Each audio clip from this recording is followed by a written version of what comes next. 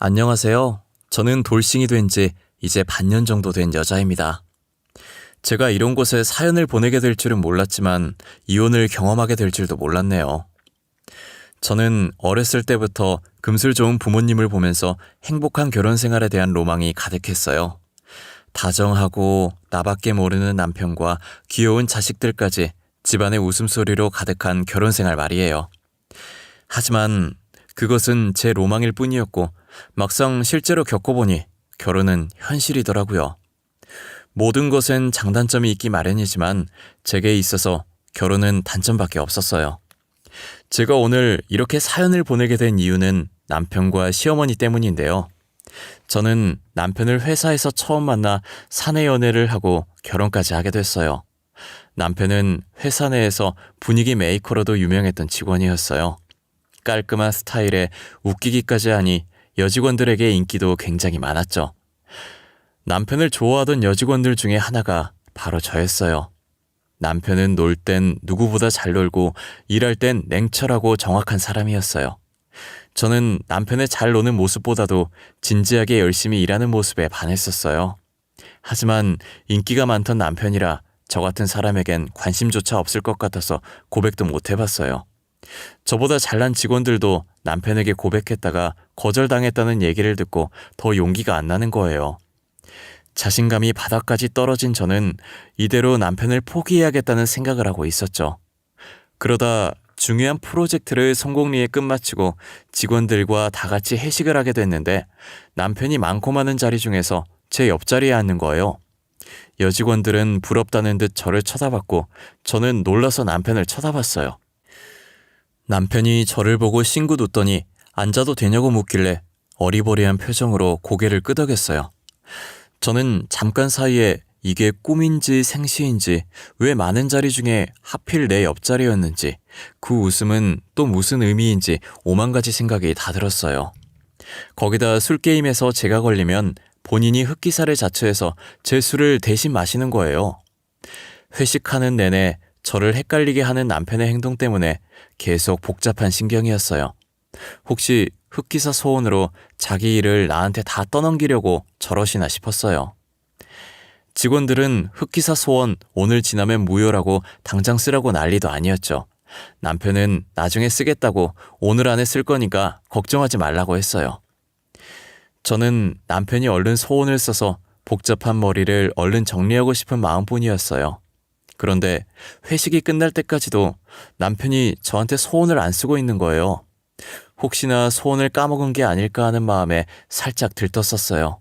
하지만 남편은 소원권이 2개 있다는 걸 까먹지 않았고 식당에서 나와서 소원을 쓰더라고요. 지영씨, 저 소원권 2개 있는 거 알죠? 저 지금 하나 씁니다. 지금 너무 어둡고 위험하니까 제가 집까지 바래다 드릴 수 있게 해주세요. 그게 제 소원이에요. 고작 그게 대리님 소원이라고요? 저는 상관없는데 대리님 집은 반대 방향이잖아요. 저야 대리님이랑 가면 안 무섭고 든든하죠. 소원이라면 그렇게 해요. 나머지 하나는 뭔데요?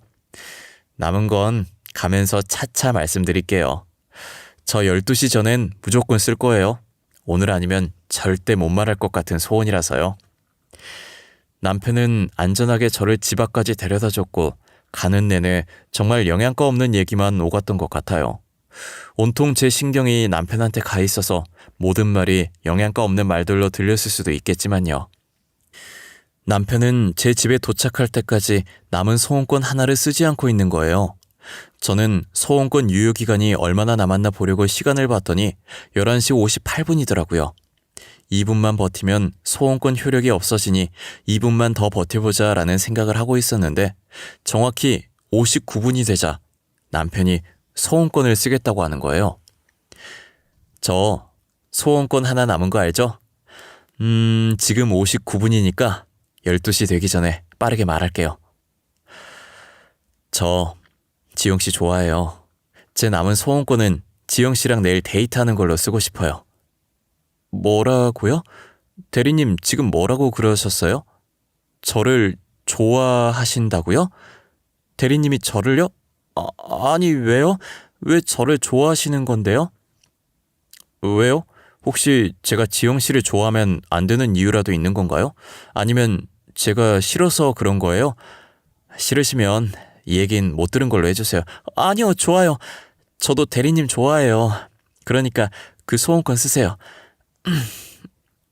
저희 내일 데이트해요. 가고 싶은 곳 있으시면 문자로 남겨주시고 데려다 주셔서 감사합니다. 저는 갑작스러운 남편의 고백에 당황했고 제 반응으로 남편이 이상한 오해할까봐 횡설수설 좋아한다고 말해버리곤 너무 민망해서 급하게 인사한 뒤 집으로 들어가 버렸어요. 빠르게 방으로 들어와 침대 위에 누우니 심장이 미친 듯이 뛰기 시작하면서 머리가 멍해지더라고요. 방금 제가 들은 그 고백이 꿈은 아닐까 싶은 마음에 볼도 꼬집어 보고 허벅지도 쳐보고 난리였어요.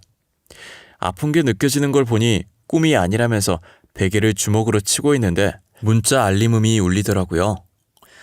문자의 주인공은 당연히 남편이었고 약속 장소와 함께 제게 귀여운 면이 있는지 몰랐다고 회식하느라 피곤했을 텐데 잘 자고 내일 보자는 말이 덧붙여 있었어요. 저는 뭐라고 답을 보낼까 손가락을 왔다 갔다 하고 글을 썼다 지웠다 반복하다가 결국엔 몇 줄 적었던 거 다 지우고 잘 자라는 말만 보냈어요. 연애가 처음도 아닌데 첫사랑을 시작한 것처럼 수줍고 떨리더라고요.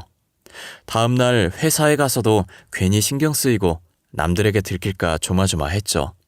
하지만 남편은 아무렇지도 않은지 평소와 똑같이 열심히 일을 하고 있더라고요. 저는 그날 데이트 시간만 기다리느라 일을 어떻게 했는지 기억도 안 나요. 남편은 데이트를 하면서 제게 제대로 다시 고백을 했고 저는 그 고백을 받아주었어요.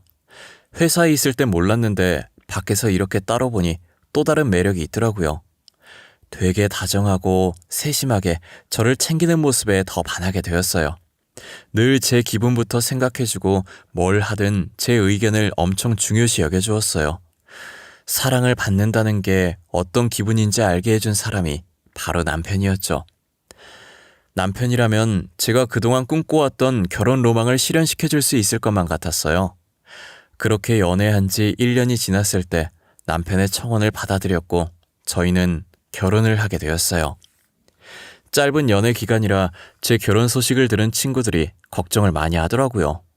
오래 만나도 남자의 본 모습을 볼 수 있을까 말까인데 1년은 너무 짧은 거 아니냐고 하는 친구들도 혹시 사고 쳐서 급하게 결혼을 서두르는 거냐고 하는 친구들도 있었어요.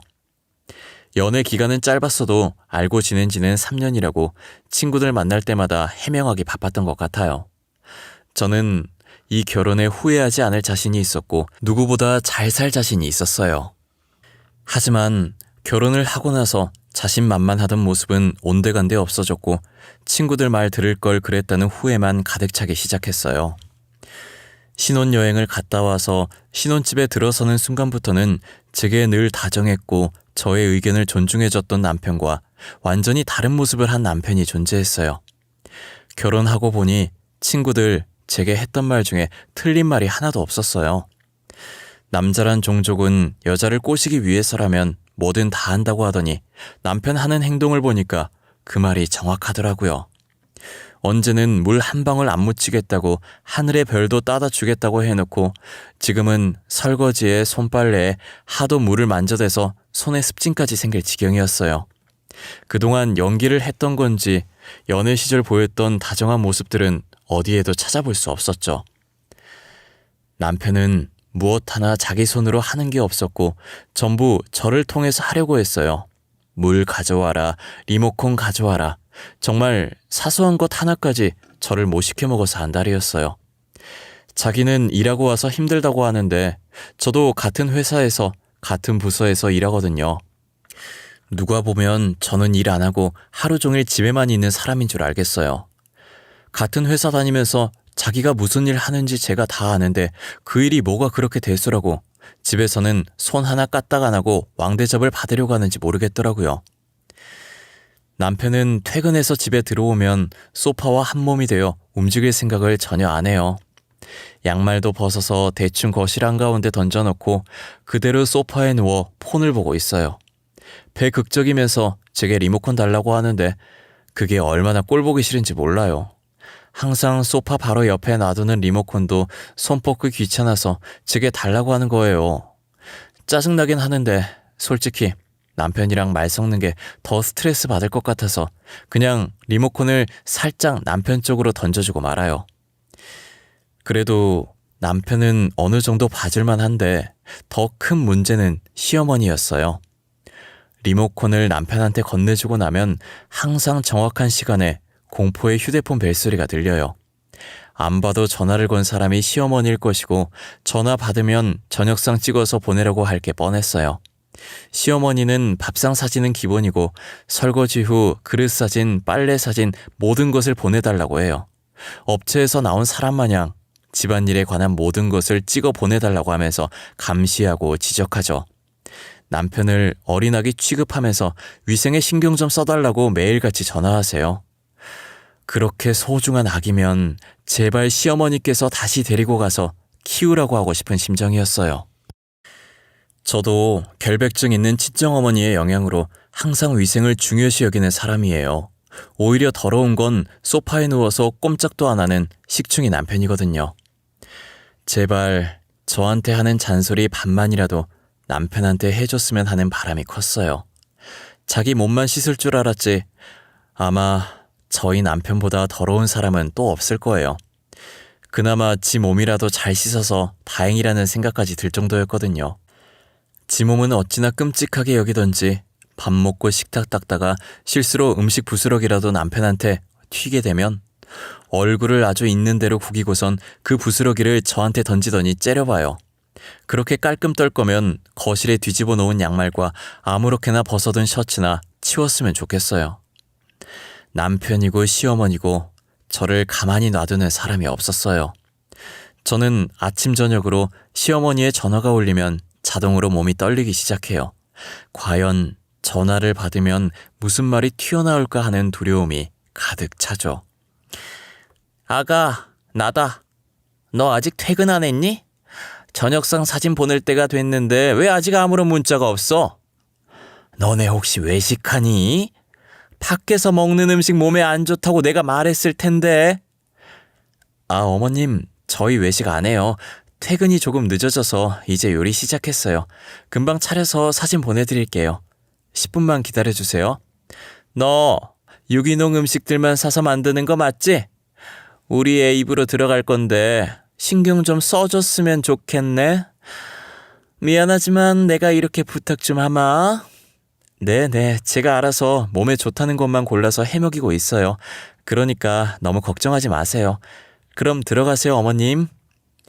자기 아들만 입이고 제 입은 입도 아닌지 정말 사람 기분 나쁘게 말하는데 뭐 있다는 생각이 들어요. 시어머니와 전화를 끊고 나면 기분이 좋았던 적이 단 한 번도 없어요. 혹시 저런 말투들은 시자 붙은 사람들이 타고나는 재주 같은 건가요? 어디서 며느리 화나게 하는 강좌라도 따로 받는 것처럼 어쩜 하나같이 저런 말투가 나올까요? 그래도 시댁에서 합가를 안 하는 것만으로도 천만다행이라는 생각이 들었어요. 합가까지 했다면 하루 종일 시어머니 옆에서 잔소리를 얼마나 들었을지 상상만 해도 스트레스 받는 게 이 생활은 그나마 만족스러운 생활이었어요. 거실에 널브러진 남편 옷들을 볼 때마다 화가 나면 시어머니를 떠올려요. 시댁에 합가를 안 하는 것만으로도 그만큼 제게 위안이 됐거든요. 그렇게 하루하루를 버티고 지내고 있었는데 결혼한 지 2년째 되던 해 시댁에 들어가게 된 거예요. 저는 신혼집이 경매로 넘어갔다는 우편물을 받고서야 남편이 무슨 일을 벌이고 있었는지 알게 됐어요. 남편은 돈도 없으면서 자신의 친구와 같이 사업을 하겠다고 저희 집을 담보로 대출을 받은 거예요.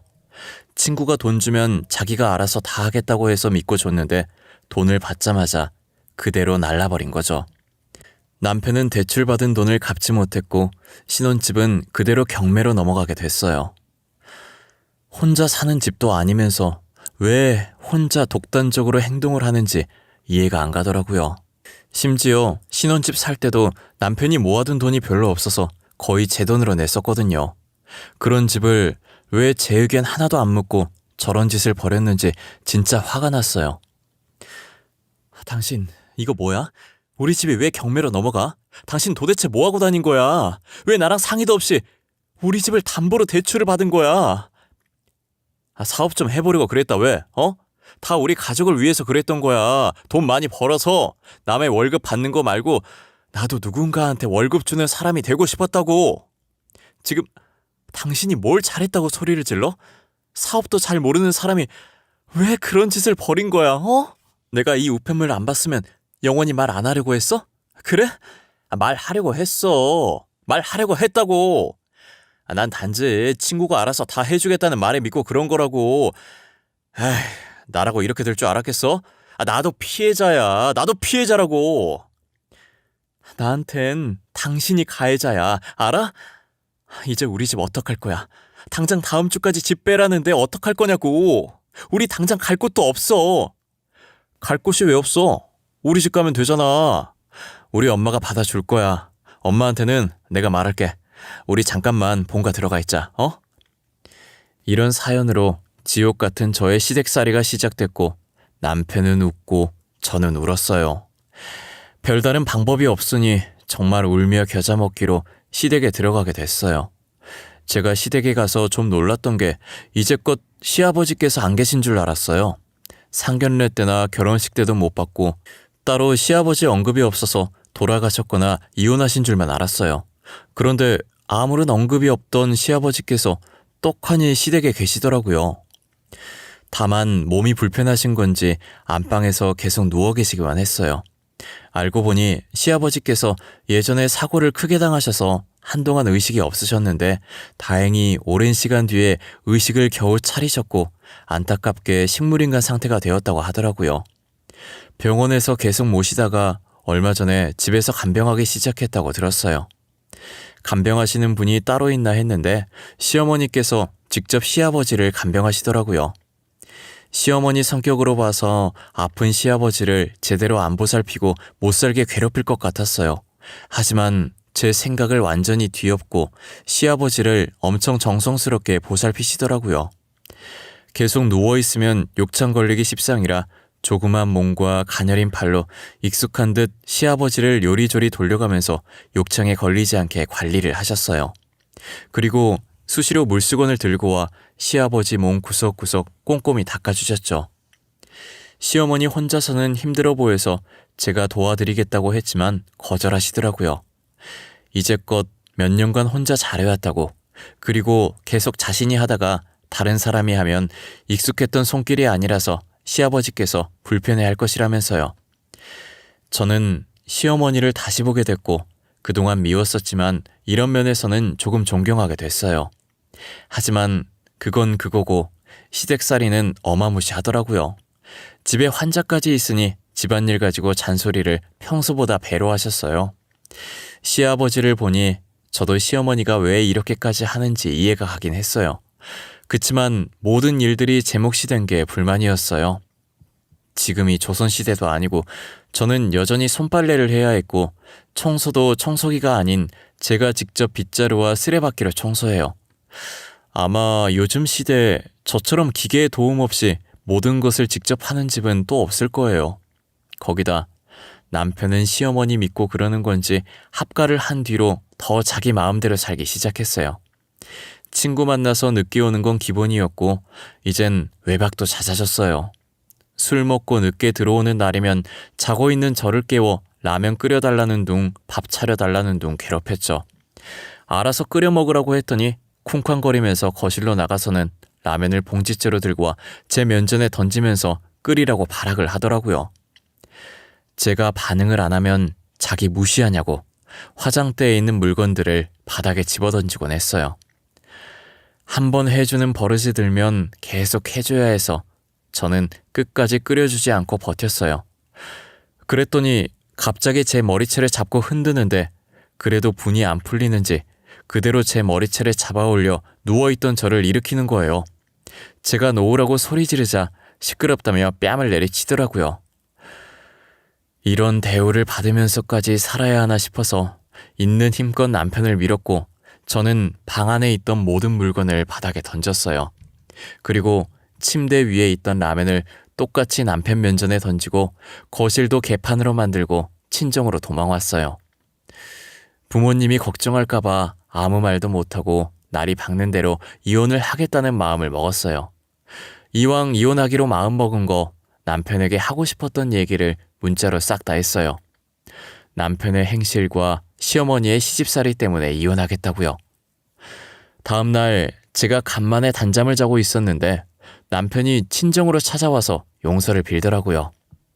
자존심도 센 사람이 무릎까지 꿇고 그러고 있으니 마음이 약해져서 다시 집으로 돌아갔어요.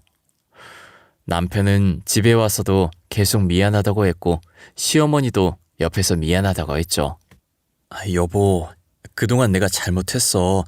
나 당신 그렇게 나가고 진짜 반성 많이 했어. 그러니까 이혼하자고는 하지 마. 당신 없으면 못 산단 말이야. 아가, 나도 미안했다. 나는 너네 시아버지 챙기느라 아들내미 챙길 시간이 없어서 괜히 미안한 마음에 그랬으면 안 됐는데 너한테 나 대신 엄마 노릇을 시키고 유난 떤 것 같아. 아니에요, 어머님. 저도 잘한 거 없는데요. 집안 다 어질러 놓고 친정으로 도망간 게 며느리로서 잘한 일은 아니죠. 정말 죄송합니다. 저는 진심으로 사과하는 시어머니와 남편의 모습에 용서를 해주기로 했어요. 그리고 남편에게 집안일을 도와주겠다는 약속을 받아냈어요. 하지만 인간은 쉽게 변하지 않는다는 어른들의 말이 있잖아요. 인간이 변하면 그건 죽을 때가 다 된 거라는 말처럼 남편은 살 날이 한참 남아서 그런지 저와 약속한 지 얼마 지나지 않아서 다시 본성을 드러내기 시작했어요. 시어머니께서는 정말 반성을 하신 건지 더 이상 제게 잔소리를 하지 않으셨어요. 남편은 딱 3일 잘해주더니 다시 본래의 모습으로 돌아가 술 먹고 매박하고 행패를 부리더라고요. 시어머니께서 남편을 한심하게 보고 한 소리 하지만 통하지 않았어요. 저도 이제 오기가 생겨서 내 손으로 이 인간을 고쳐보자는 생각이 들었어요. 남편과 똑같이 매일같이 친구와 약속을 잡고 늦게 오고 외박을 했어요. 시어머니께는 제가 일부러 이러시는 걸 알고 계셔서 늦게 오거나 외박해도 별 말씀 하지 않으셨어요. 저는 누가 이기나 한번 해보자 싶었고 집에 들어가는 날보다 외박하는 날이 더 많았어요. 그랬더니 아예 저를 바람난 사람 취급을 하더라고요. 너 지금 뭐 하는 짓이야? 혹시 나 몰래 다른 남자 만나고 있냐? 그래서 매일 외박하는 거냐고. 솔직히 말해. 너 다른 남자 있는 거지? 고작 생각한다는 게 그런 쪽이야? 내가 진짜 바람이라도 펴졌으면 하는 건 아니고? 그래야 당신이 피해자고 내가 가해자니까 그런 이유라도 있어야 나한테 화낼 수 있어서. 이게 진짜 돌았나? 너 어떻게 됐어? 뭐 잘못 먹은 거냐? 아님 머리라도 다친 거야? 정신이 가출하지 않은 이상 네가 이렇게 나한테 덤빌 수가 없지. 그래서 또 나 때리게? 당신은 때리는 것 말고 할 수 있는 게 아무것도 없나 봐. 당신 같은 사람이 제일 한심한 게 뭔지 알아? 꼭 자기보다 약한 사람만 골라서 폭력을 행사한다는 거야. 이게 진짜. 야, 너 오늘 내 손에 죽고 싶냐? 아주 죽고 싶어서 환장했지? 남편은 또다시 제 머리채를 잡은 상태로 뺨을 때리기 시작했어요. 정신이 아찔해진 찰나에 갑자기 점점 아랫배가 땡기는 느낌이 들기 시작하면서 통증이 느껴지더라고요. 저는 갑자기 느껴지는 통증에 놀라서 손으로 배를 움켜쥐었어요. 그러다 곧이어 밑에서 따뜻한 무언가가 흐르는 게 느껴지기 시작하는 거예요. 남편은 당황한 듯 뺨을 때리던 손을 멈췄고 저는 그대로 기절을 했던 것 같아요. 눈을 떠보니 흰 천장이 저를 반겼고 제가 눈을 뜸과 동시에 시어머니의 목소리가 들리더라고요. 그리고 시어머니 옆에는 형사 2분이 함께 계셨어요. 아가, 정신이 드니? 여기가 어딘 줄 알겠어? 여기 병원이야. 아이고, 이걸 어쩌든 그래. 뱃속에 우리 손주가 있는 줄도 모르고. 손주라니, 그게 무슨 말씀이세요, 어머니? 알아듣게 말씀 좀 해주세요. 제가, 그리고 병원에 왜, 어머님 옆에 형사님들은 또 뭐고요? 네 뱃속에 우리 핏줄이 있었다더라. 그런데 유산해서 아까 수술했어. 그리고 형사님들은 내가 불렀어. 우리 아들 신고하려고. 너가 당했던 거 이 사람들한테 말하면 돼. 제 뱃속에 아기가 있었다고요? 아니야, 아닐 거예요. 저 입덧도 없었고 아무런 징후도 없었는데 무슨 어머님께서 착각하신 걸 거예요. 아가, 내가 미안하다. 내가 이렇게 대신 사과하마. 정말 미안하다. 우리 아들이지만 나도 도저히 참을 수가 없구나. 시어머니의 말에 의하면 제 뱃속엔 빛을 보지도 못한, 아니 엄마인 제가 알아보지도 못한 아이가 있었고 남편으로 인해 소중한 제 아이를 잃고 말았다는 거예요. 저는 상황을 인지한 후 이불을 손으로 움켜쥐고 몸을 부들거리며 소리를 질렀어요. 그래도 분이 풀리지 않아 침대의 협탑에 있던 화분을 벽에다 던져버렸어요. 시어머니는 저를 안고 미안하다고 진정하라고 등을 토닥거리셨죠.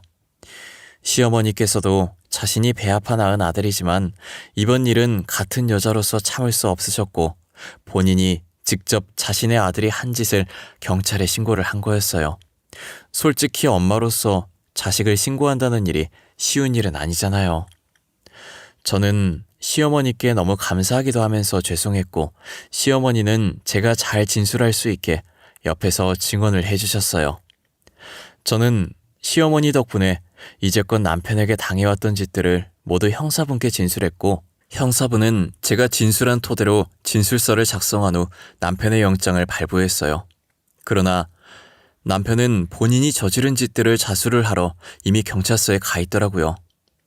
본인이 직접 본인 손으로 아이를 떠나보낸 죄책감이 아무래도 큰 듯 싶었어요. 남편은 모든 죄를 자수했고 잘못을 인정했어요. 남편이 모든 것을 인정함으로써 빠르게 재판이 진행되었고 이혼까지 할 수 있게 되었어요. 결국 남편은 임신한 저의 뺨을 때리고 아이를 유산하게 만든 죄로 징역을 피할 수 없었어요. 재판이 끝나고 남편은 제게 죽을 때까지 이 일 잊지 않고 저와 태어나지 못한 아이에게 늘 미안한 마음 안고 살겠다고 울면서 이야기하더라고요. 그게 저와 남편의 마지막 모습이었어요. 제가 재판장을 나가기 전 시어머니께서 제 손을 붙잡았어요. 아가, 그동안 우리가 했던 일들은 다 잊고 새 출발하렴. 우리는 절대 잊지 않으마. 항상 사죄하는 마음으로 살 테니 너는 꼭 행복해져야 한다. 어머님, 제가 행복해질 수 있을지 모르겠어요. 아이도 못 지킨 제가 어떻게 행복해져요. 저는 새 출발할 자신이 없어요. 우리 애기한테 너무 미안해서. 그 죄는 우리가 다 안고 가마. 그러니까 넌 꼭 행복해져. 응?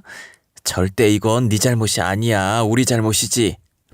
시어머니께서는 다 자신들의 잘못이라며 제게 죄책감 가지지 말고 새 출발을 하라며 다독여 주었어요. 저는 새 출발을 할 수 있을지도 모르겠고 솔직히 새 출발한다고 해서 행복해질 수 있을지 모르겠어요. 뱃속에 자기 애가 있는지도 몰랐던 저인데 어떻게 행복하게 지낼 수 있겠어요. 저는 아직도 가끔 꿈에서 갓 태어난 애기 우는 소리가 들려요. 제 아이의 울음소리를 한 번도 들어본 적 없지만 꿈속에서 우는 아이가 꼭 제 아이인 것만 같았어요. 자신을 잊지 말라고 하는 건지 아니면 저를 원망해서 그런 건지 계속 꿈에 나오더라고요. 한동안은 아이 잃은 충격에 일도 손에 잡히지 않아서 회사도 그만뒀었어요. 저희가 사내 연애를 해서 결혼을 했던지라 저희 부부를 모르는 직원들이 없었고 안 그래도 소문 빠른 회사에 저희 이혼 소식은 다른 소문들보다 빠르게 퍼졌죠. 어차피 일도 손에 안 잡히는데 소문을 핑계 삼아 퇴사를 결정하게 됐어요. 반년이 지난 지금은 나름대로 안정을 많이 되찾았고 아이 꿈을 꾸는 횟수도 줄어들었어요. 새 출발할 자신도 용기도 나지 않아 집에서 누워만 있었는데 이렇게 있다간 정말 죽을 것 같더라고요.